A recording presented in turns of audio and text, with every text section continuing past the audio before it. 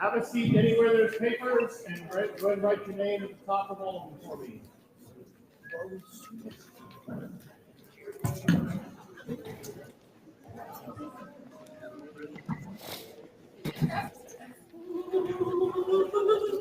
That's a whole lot.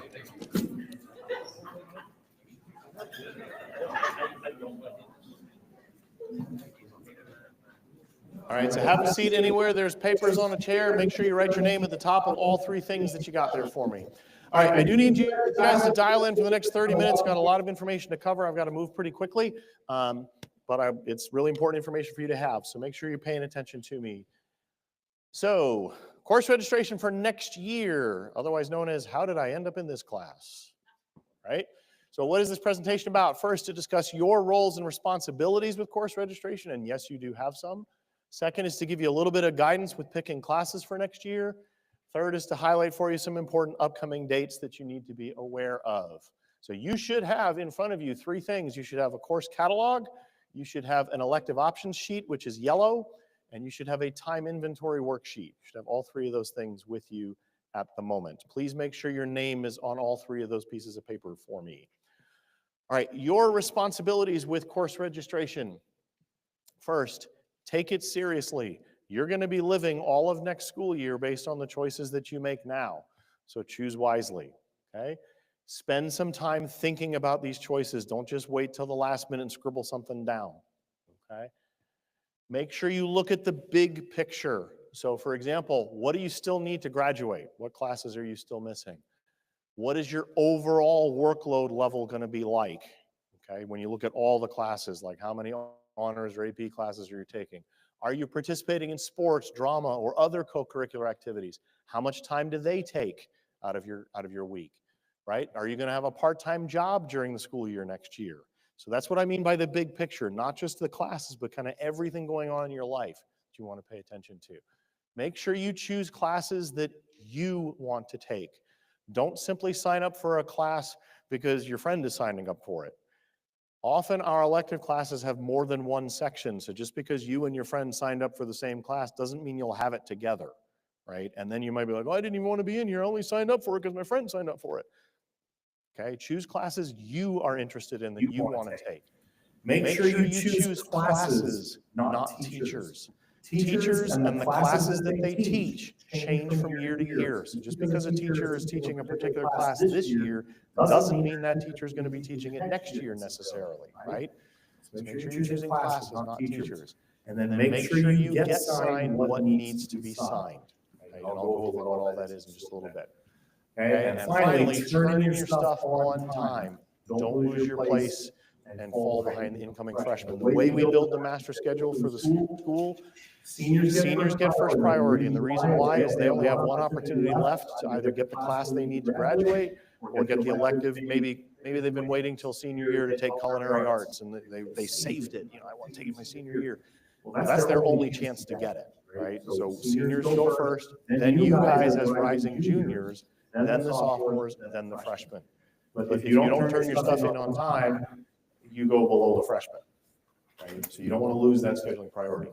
All right, AP and honors course contracts. This shouldn't be new to you guys unless you're new to the school, but for any honors or AP course that you're recommended to take and that you choose to take, you'll have a contract that you need to sign and your parent needs to sign. They are course specific, meaning that an AP English contract is different from an AP Latin contract, for example, right? And they will describe the expectations for that course in great detail. Once you have signed that contract, you are in that class for a minimum of a semester, no matter what. Okay, so think carefully before you sign it. Now, those honors and AP course contracts look like this. You may not be able to read all of that. That's okay. This is just what they look like. Make sure you read the course expectations so you know what kind of workload to expect. So right in the middle there in bold with the bullet points, you can see exactly what's expected of you for that class. So this is for English 10 honors. I know that you're going to be juniors next year, but this is just an example. So overall, approximately 3 to 4 hours a week. That's outside of class, is what would be expected, which would include a summer reading novel, something short stories with assessment, minimum of 3 essays a semester, cumulative vocabulary quizzes, weekly quizzes on the readings, formal presentations, a research paper, and 3 novels per semester. So that's what's expected from that class, okay, if you choose to take it, okay? Now, where do you get a contract? For your core classes, so your English, your math, social studies, that sort of thing, you will get those at the time you get your registration form. They'll just be paper clipped at the back, okay? But if it's an elective, so maybe you wanted to take AP Art, for example. Well, that's not a core class, but it's an AP class. Well, that you would get that from the teacher of the course when you go to get their signature to sign up for it, okay? Now, one of the sheets that you have is this time inventory. This is not something you have to turn into us, but we deliberately give that to you as something we want you to take the time to do, particularly if you're heavily involved in curriculums or things like that. So on the left-hand side, you see the front page of it. At the top there, these are all the commitments you have in your life, starting with spiritual commitments. Maybe you're involved in a youth group at your church, or maybe you help out with the AV, during the church service, something like that. Whatever your spiritual commitments might be, and then how many hours outside of class do they take, for you to be successful, right? Second are what family commitments do you have? So, do you make dinner for your family regularly? Do you have chores that you've got to do? Maybe your family does a game night every Thursday night. I don't know, whatever your family does, right? Boom, you put them there, write down the hours.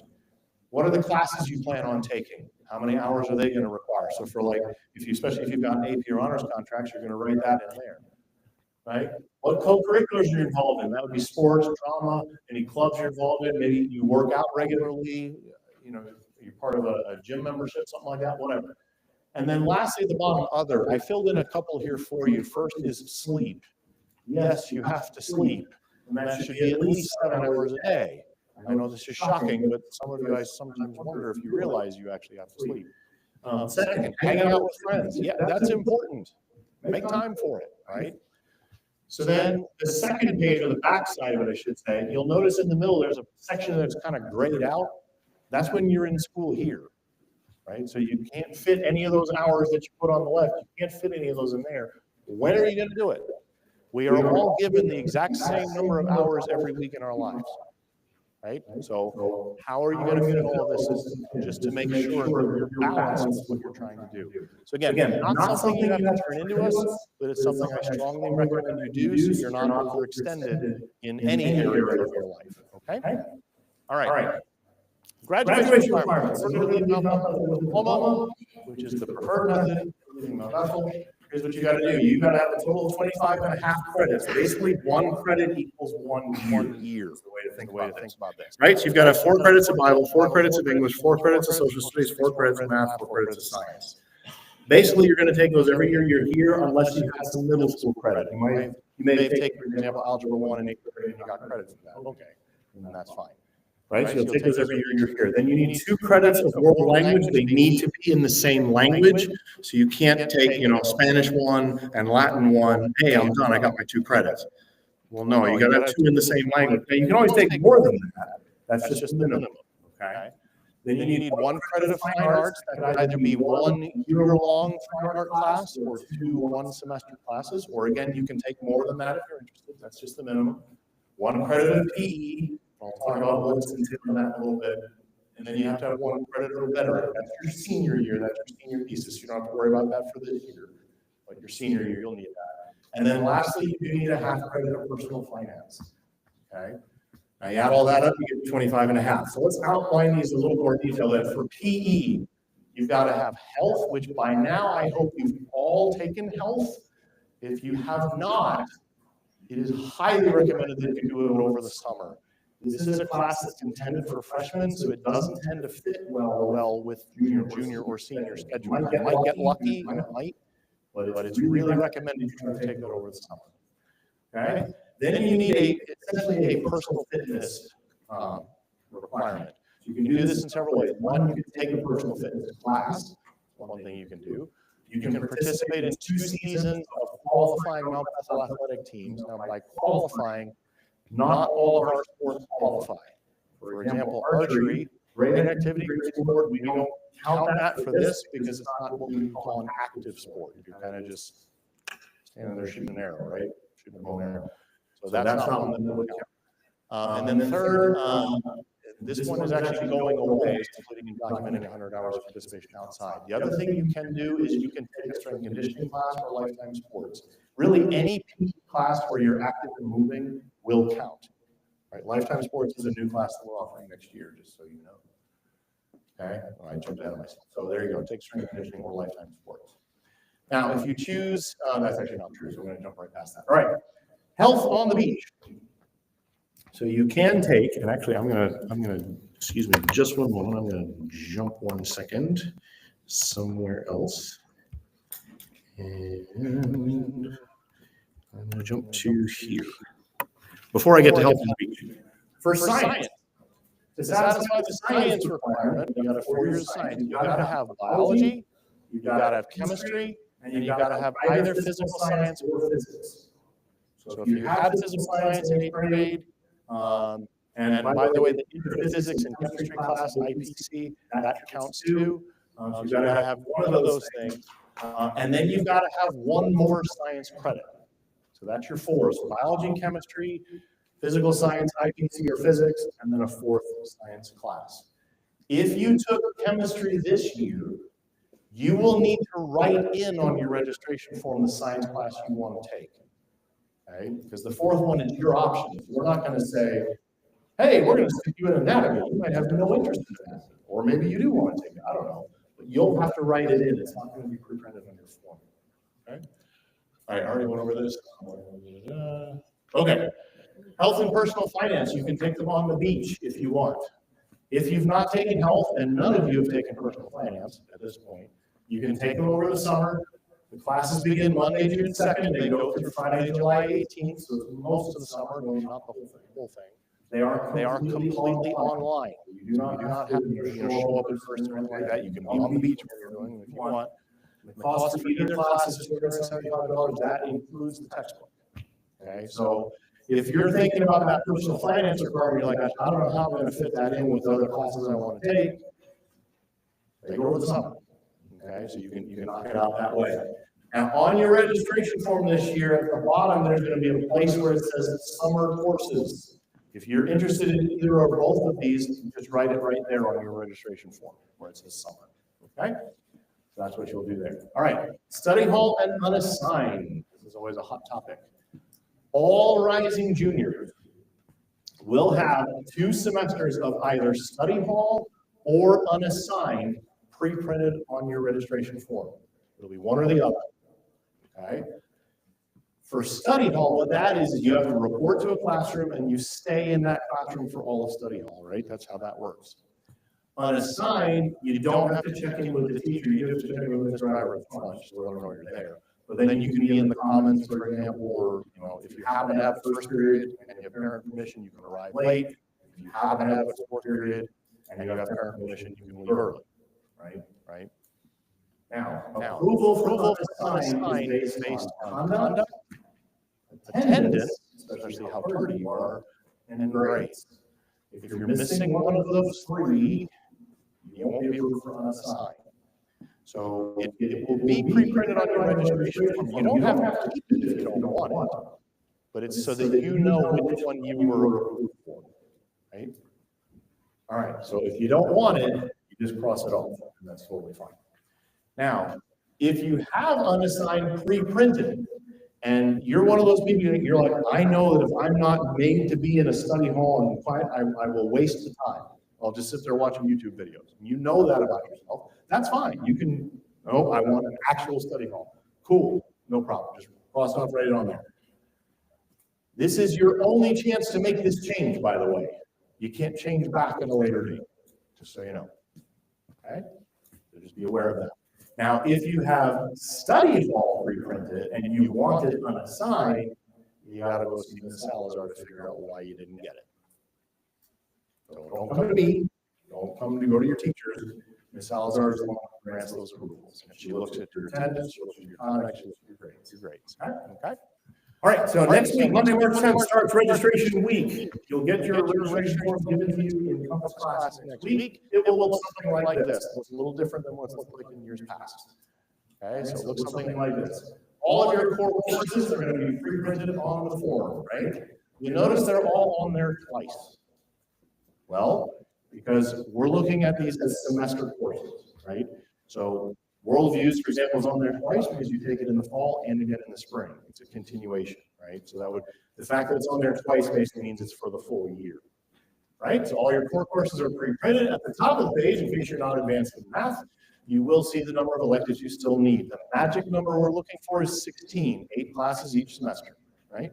So this student has 13 classes pre-printed. That means they still need 3 more. You get 16. Okay, so you got to pick electives so that you have a total of 16 classes. You'll write them down below right there. Now, how do you pick electives? Well, you should have gotten an elective option sheet, that yellow piece of paper, and you should have also gotten a course catalog. Pay attention to which electives require a teacher signature. Here's a little snippet from that yellow sheet. So we offer psychology, for example, we also offer AP psychology. If you want to take psychology, you'll notice next to that in parentheses, the why, that means it's a year-long class.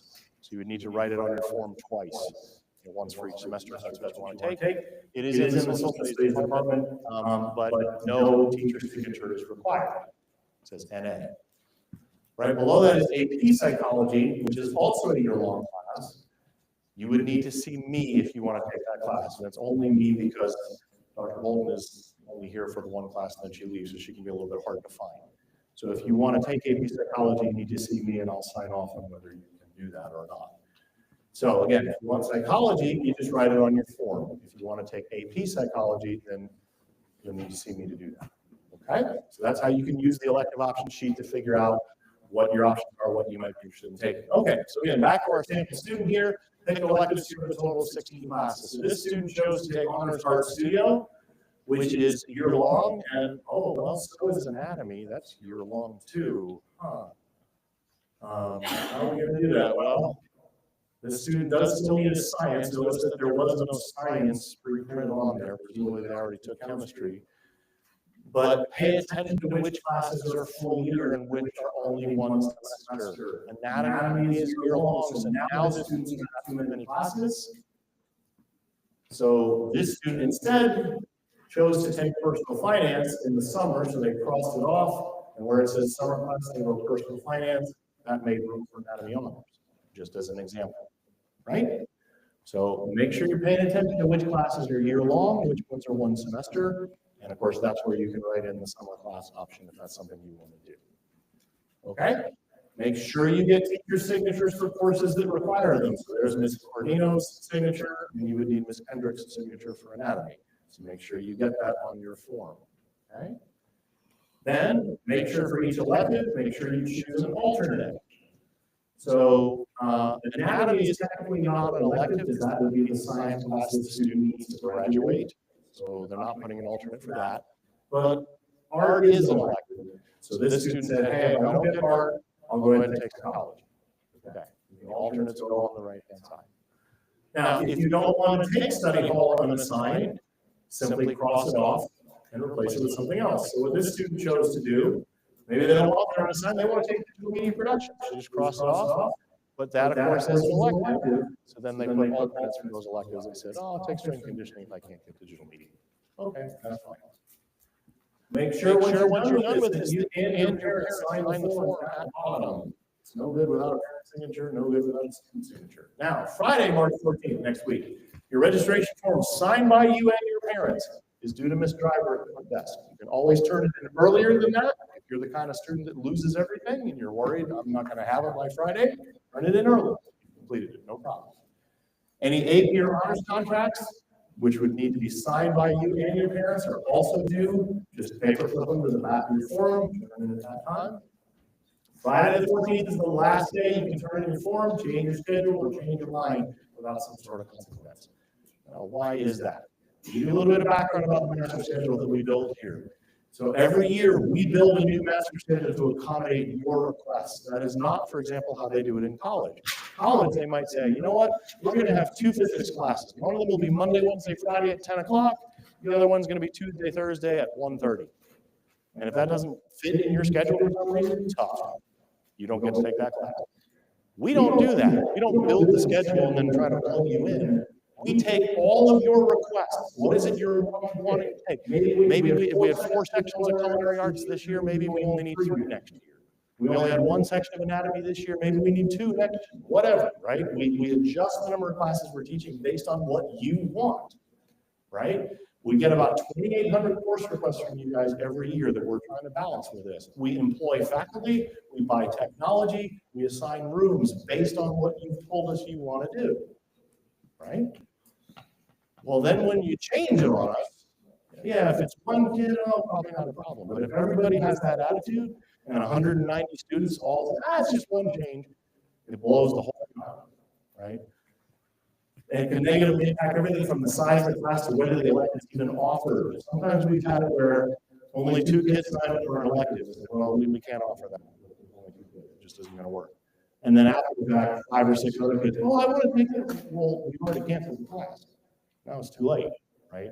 So that's why it's so important. Now, that being said, sometimes we have to make changes. Like, that's part of life. Here's the first time. If there's an 8-year honors course that you were recommended to take, but you don't want to take, just cross it off and write it in the correct course. So this student was recommended for AP US History. For whatever reason, they didn't want to take it. Maybe they've got heavy academic load, maybe they've got a part-time job, they're involved in a lot of sports, whatever. They chose they didn't want to do it. Just cross it off, right? Regular US History. Okay? AP and honors courses are invitation only. But you can always decline that invitation, right? So that's all you got to do in that case. However, any other placement changes need to go through the department chair for that particular department. Well, how do you do that? Well, there's a place at the bottom of your form right here. If you have any placement questions, and you'll get an answer before spring break.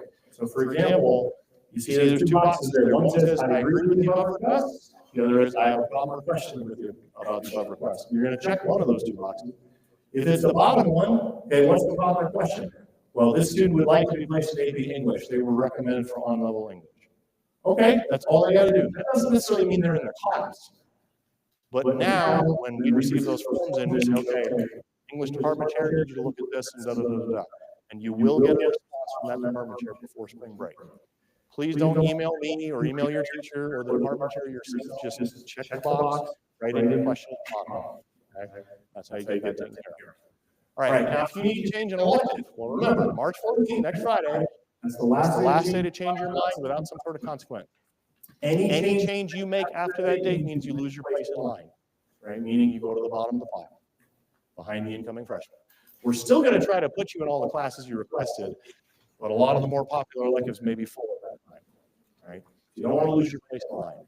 If you still want to do it anyway, come see me, and I'll do my best to make that happen. Now, once we get to August 1st, only ads, drops, or emergencies are approved. Now, by an ad, that means you have a study hall or an unassigned schedule, and you decide, I don't want to do that after all. I thought I was going to play football, and I decided not to. So I want to go ahead and knock out my graduation requirements. Okay.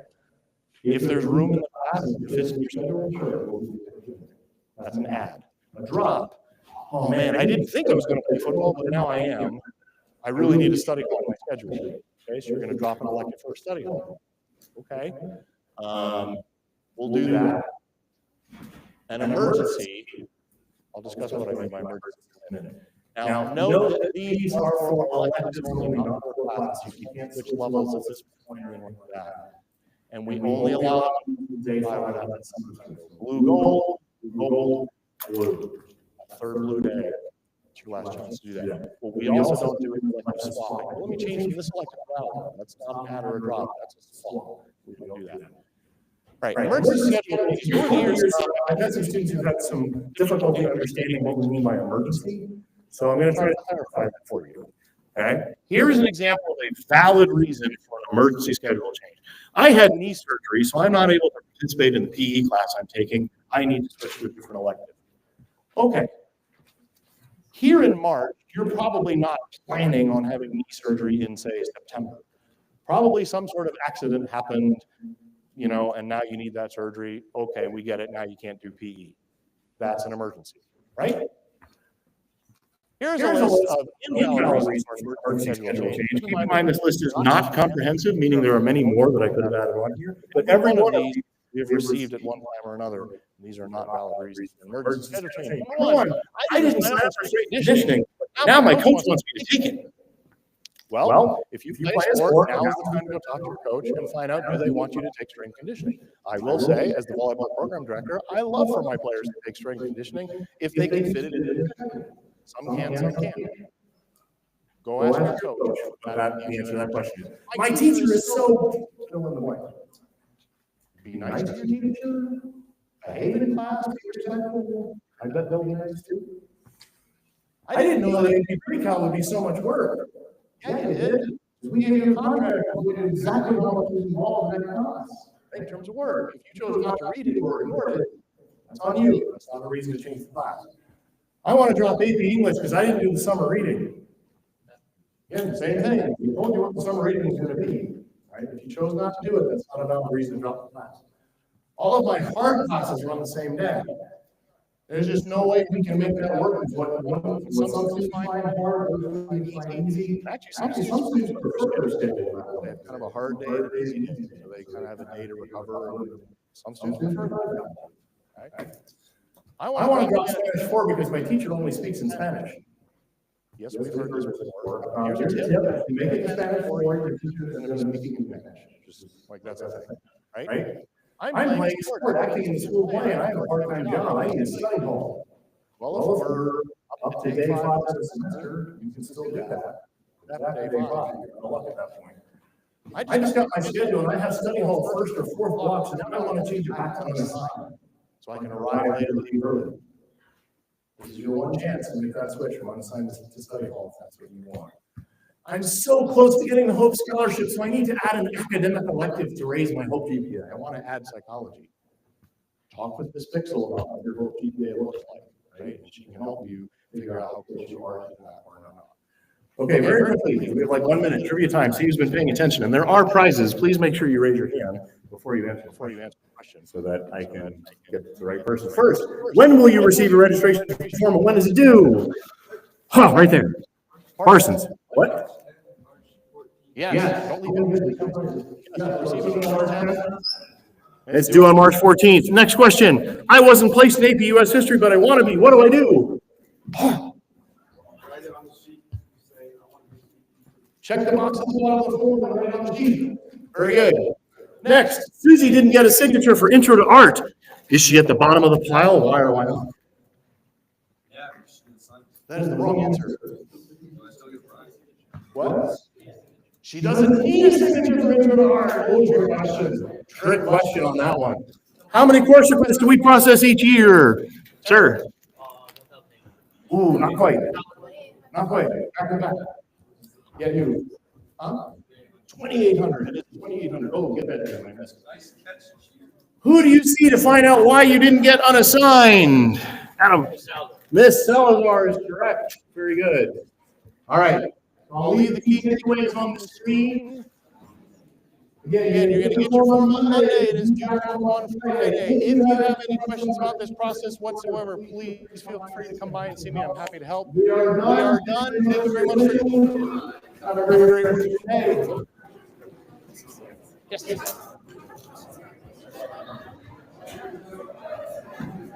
Either way, we're going to stop by. Yeah, I think I'd like to share.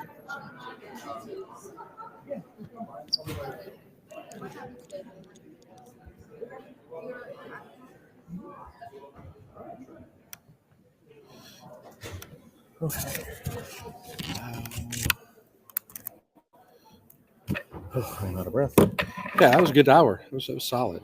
And I am dying of thirst.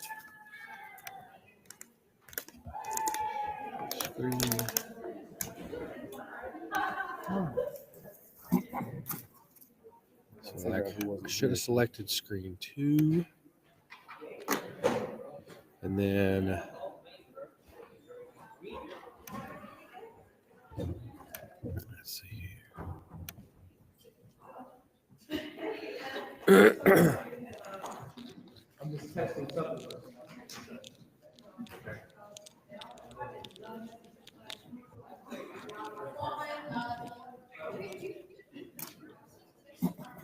I'm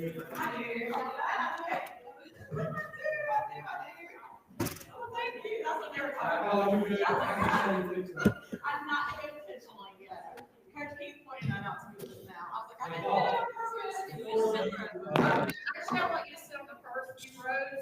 Take up the first row first, and then if we have, I don't think this is small class. I think yeah, we should all be able to fit. I'm only hearing about half of what you're saying. Scroll through your presentation for like 10 seconds on each slide, because I'm recording it, and then that way I can piece some things together. Like, right, well, they've got a class in here, I gotta use Uh, this real fast, y'all. and, That's all right. Don't worry about it. yeah, okay. Or actually just, you save it. Sure. First row. I can upload it then on top of the video. Okay. Did everybody already do their speeches from last week that were due to Carol share? Do you want me to stop this sharing on this tab? Okay, go back.